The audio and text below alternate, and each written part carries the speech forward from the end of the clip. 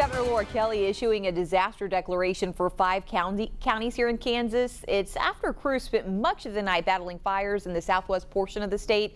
They were believed to have started due to some thunderstorms. Dylan Domingue joining us now to break down what we know about these ongoing fire efforts. Dylan? Yeah, Rachel, so the declaration was issued for fires in Clark, Ford, Harper, Meade, and Morton counties. This allows state resources to be used to provide assistance across the state. So here's the latest on some of those fires out in southwest Kansas.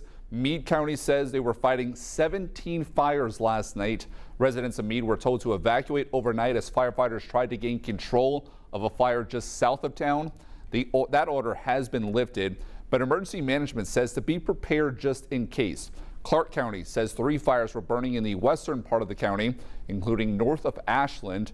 There have been no reported threats to any communities out there. Stevens County says it was still hitting hot spots, but that fire was mostly contained. And KDOT had to close a stretch of K51 in Morton County because of a wildfire north of Rolla.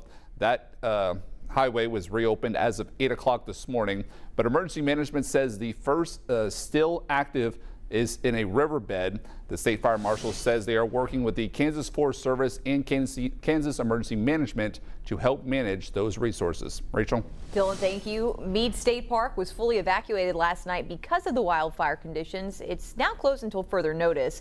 The Kansas Department of Wildlife and Parks says that all reservations through Sunday will be canceled and refunded.